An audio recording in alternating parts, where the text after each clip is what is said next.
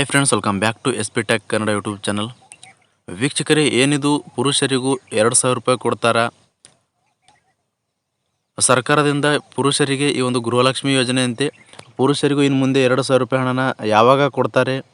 So ಹೇಗೆ ಬರುತ್ತೆ, ಯಾವ ರೀತಿ ಒಂದು ಅಪ್ಲಿಕೇಶನ್ ಹಾಕೋದು, ಸೊ ಯಾವಾಗಿನಿಂದ ಈ ಒಂದು ಹಣನ ಹಾಕೋಕ್ಕೆ ಪ್ರಾರಂಭ ಮಾಡ್ತಾರೆ? ಭಾಳಷ್ಟು ಜನರು ಕಮೆಂಟ್ ಮಾಡಿ ಕೇಳ್ತಾಯಿದ್ರು, ಗೃಹಲಕ್ಷ್ಮಿ 18 ಮತ್ತು 19ನೇ ಕಂತಿನ ಹಣನ ಯಾವಾಗ ಬರುತ್ತೆ ಅಂತ. ಇದರೆಲ್ಲದರ ಬಗ್ಗೆಯೂ ಕೂಡ ಕಂಪ್ಲೀಟಾಗಿ ಮಾಹಿತಿನ ಈ ಒಂದು ವಿಡಿಯೋದಲ್ಲಿ ತಮಗೆ ತಿಳಿಸ್ಕೊಡ್ತಾ ಇದ್ದೀನಿ.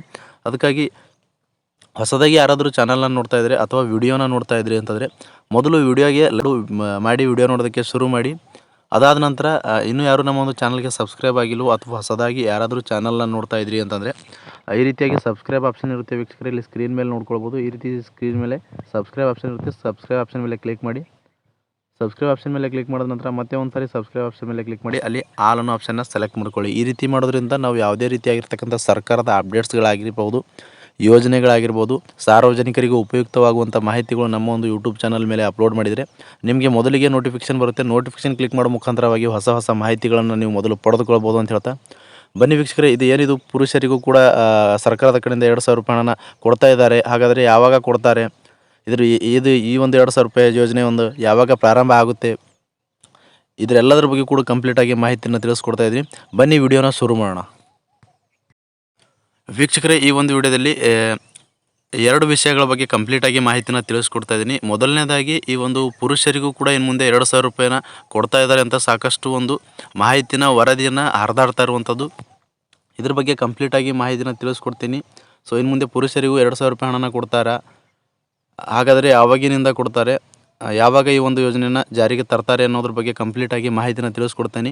ಮತ್ತು ಎರಡನೇದಾಗಿ ಏನಪ್ಪ ಅಂತಂದರೆ 18 ಮತ್ತು 19ನೇ ಕಂತಿನ ಗೃಹಲಕ್ಷ್ಮಿ 18, 19ನೇ ಕಂತಿನ ಹಣನ ಯಾವಾಗ ಬರುತ್ತೆ ಅನ್ನೋದ್ರ ಬಗ್ಗೆ ಸಚಿವೆಯಾಗಿರ್ತಕ್ಕಂಥ ಲಕ್ಷ್ಮೀ ಹೆಬ್ಬಾಳ್ಕರ್ ಮೇಡಮ್ ಅವರು ಏನಂತ ಸ್ಪಷ್ಟನೆಯನ್ನು ಕೊಟ್ಟಿದ್ದಾರೆ ಅಂತ ಕಂಪ್ಲೀಟಾಗಿ ಅದ್ರ ಬಗ್ಗೆಯೂ ಕೂಡ ಮಾಹಿತಿನ ತಿಳಿಸ್ಕೊಡ್ತಾ ಇದ್ದೀನಿ.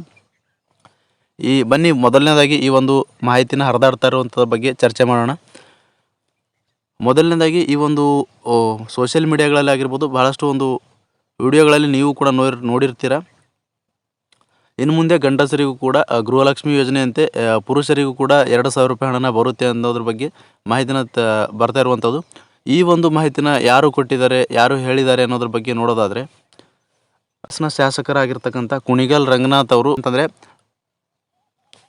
ವಿರೋಧ ಪಕ್ಷದವರು ಅವರಿಗೆ ಕೇಳಿದಾಗ, ಮುಂದೆ ಅಲ್ಲ ನಾವು ಸರ್ಕಾರ ಅಂತಂದರೆ ನಾವು 2,000 ರೂಪಾಯಿ ಹಣನ ಕೊಡೋದ್ರ ಜೊತೆಗೆ ಮುಂದೆ ನಮ್ಮ ಸರ್ಕಾರ ಅಂದರೆ 2028ರಲ್ಲಿ ಏನಾದರೂ ನಮ್ಮ ಒಂದು ಸರ್ಕಾರ ಅಧಿಕಾರಕ್ಕೆ ಬಂದರೆ ಆವಾಗ ನಾವು 2,000 ರೂಪಾಯಿ ಇದ್ದಿರುವಂಥ ಹಣನ 4,000 ರೂಪಾಯಿ ಕೊಡೋದಕ್ಕೂ ಕೂಡ ಸಿದ್ಧರಿದ್ದೇವೆ ಅಂತಕ್ಕಂಥ ಮಾಹಿತಿನ ತಿಳಿಸಿರುವಂಥದ್ದು.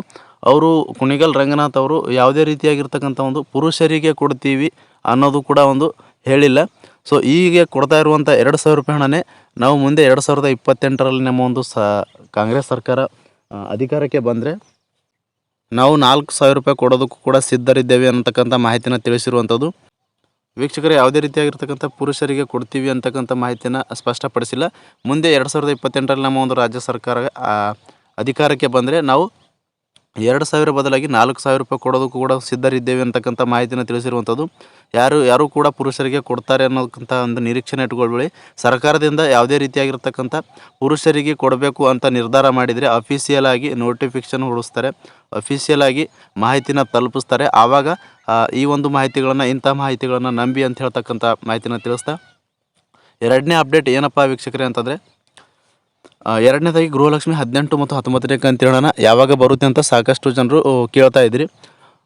ಈ ಒಂದು 18 ಮತ್ತು 19ನೇ ಕಂತಿನ ಹಣ ಯಾವಾಗ ಬರುತ್ತೆ ಅಂತ ಸಚಿವೆಯಾಗಿರ್ತಕ್ಕಂಥ ಲಕ್ಷ್ಮೀ ಹೆಬ್ಬಾಳ್ಕರ್ ಮೇಡಮ್ ಅವರೇ ಮಾಧ್ಯಮದ ಮೂಲಕ ಅಥವಾ ಪತ್ರಿಕಾಗೋಷ್ಠಿ ಮುಖಾಂತರವೂ ಕೂಡ ಮಾಹಿತಿನ ತಿಳಿಸಿದ್ರು. ಒಂದು ಮಾರ್ಚ್ 31 ಆದ ನಂತರವೇ ಈ ಒಂದು ಗೃಹಲಕ್ಷ್ಮಿ 18, 19 ಒಟ್ಟಿಗೆ 4,000 ರೂಪಾಯಿ ಹಣ ಬಿಡುಗಡೆ ಮಾಡ್ತೀವಿ ಅಂತಕ್ಕಂಥ ಮಾಹಿತಿನ ತಿಳಿಸಿದ್ದಾರೆ. ಏಪ್ರಿಲ್ 10ನೇ ತಾರೀಕು ಒಳಗಾಗಿ ಈ ಒಂದು ಗೃಹಲಕ್ಷ್ಮಿ ಫಲಾನುಭವಿಗಳಿಗೆ ಸಂಪೂರ್ಣವಾಗಿ ನಾವು ಹಣನ ಬಿಡುಗಡೆ ಮಾಡ್ತೀವಿ. ಒಟ್ಟಿಗೆ 4,000 ರೂಪಾಯಿ 2 ತಿಂಗಳದ ಪೆಂಡಿಂಗ್ ಇದೆ ಹಣನ, ಆ ಒಂದು ಹಣನ ಸಂಪೂರ್ಣವಾಗಿ ಕ್ಲಿಯರ್ ಮಾಡ್ತೀವಿ ಅಂತಕ್ಕಂಥ ಮಾಹಿತಿನ ತಿಳಿಸಿದರು. ಹಾಗಾದರೆ ಈ ಒಂದು ಮಾರ್ಚ್ ತಿಂಗಳ ಹಣನೂ ಕೂಡ ಏಪ್ರಿಲಲ್ಲೇ ಬರಬೇಕಾಗಿರುವಂಥದ್ದು. ಏಪ್ರಿಲ್ 15ರ ನಂತರ ಈ ಒಂದು ಮಾರ್ಚ್ ತಿಂಗಳ ಹಣನ ಹಾಕಿದರೆ ಸಂಪೂರ್ಣವಾಗಿ ಕ್ಲಿಯರಾಗಿ ಎಲ್ರಿಗೂ ಕೂಡ ಜಮಾ ಆಗುವಂಥದ್ದು. ಸರ್ಕಾರದವರು ಏನು ಮಾಡಬೇಕಪ್ಪ ಅಂತಂದರೆ ಈ ಒಂದು ಗೃಹಲಕ್ಷ್ಮಿ ಹಣಕ್ಕೆ ಈ ಒಂದು ಇಂತಹ ದಿನಾಂಕ ಅಂತ ಫಿಕ್ಸ್ ಮಾಡಿ ಆ ಒಂದು ದಿನಾಂಕಕ್ಕೆ ಹಾಕೋಕ್ಕೆ ಪ್ರತಿ ತಿಂಗಳು ಮಾಡಿದರೆ ಬಹಳಷ್ಟು ಜನರಿಗೆ ಅನುಕೂಲ ಆಗುತ್ತೆ. ಸಮಯಕ್ಕೆ ಸರಿಯಾಗಿ ಎಲ್ರಿಗೂ ಕೂಡ ಒಂದು ಗೃಹಲಕ್ಷ್ಮಿ ಹಣ ಬರುವಂಥದ್ದಾಗಿರುತ್ತೆ. ಇಷ್ಟು ಒಂದು ಗೃಹಲಕ್ಷ್ಮಿ ಯೋಜನೆ ಬಗ್ಗೆ ಅಪ್ಡೇಟ್ ಇತ್ತು ವೀಕ್ಷಕರೇ. ಈ ಒಂದು ಅಪ್ಡೇಟ್ನ ತಮಗೆ ತಿಳಿಸ್ಕೊಟ್ಟಿದ್ದೀನಿ. ಈ ಒಂದು ಮಾಹಿತಿ ತಮಗೆ ಉಪಯುಕ್ತ ಅನಿಸಿತ್ತು ಅಂತಂದರೆ ದಯವಿಟ್ಟು ನಮ್ಮ ಒಂದು ಯೂಟ್ಯೂಬ್ ಚಾನಲ್ನ ವಿಡಿಯೋಗೆ ಲೈಕ್ ಮಾಡಿಲ್ಲ ಅಂತಂದರೆ ವಿಡಿಯೋಗೆ ಲೈಕ್ ಮಾಡಿ. ಹಾಗೆ ಈ ಒಂದು ಮಾಹಿತಿನ ನಿಮ್ಮ ಒಂದು ಫ್ರೆಂಡ್ಸ್ ಫ್ಯಾಮಿಲಿ ಜೊತೆ ವಿಡಿಯೋನ ಶೇರ್ ಮಾಡಿ ಅಂತ ಹೇಳ್ತಾ, ಪ್ರಾರಂಭದಿಂದ ಕೊನೆವರೆಗೂ ವಿಡಿಯೋ ನೋಡೋದಕ್ಕಾಗಿ ತಮ್ಮೆಲ್ಲರಿಗೂ ಹೃದಯಪೂರ್ವಕ ಧನ್ಯವಾದಗಳು ಸ್ನೇಹಿತರೆ. ಮತ್ತೆ ಹೊಸ ಮಾಹಿತಿಯೊಂದಿಗೆ ಭೇಟಿ ಆಗ್ತಿರೋಣ. ಅಲ್ಲಿವರೆಗೂ ನಮಸ್ಕಾರ. Yeah.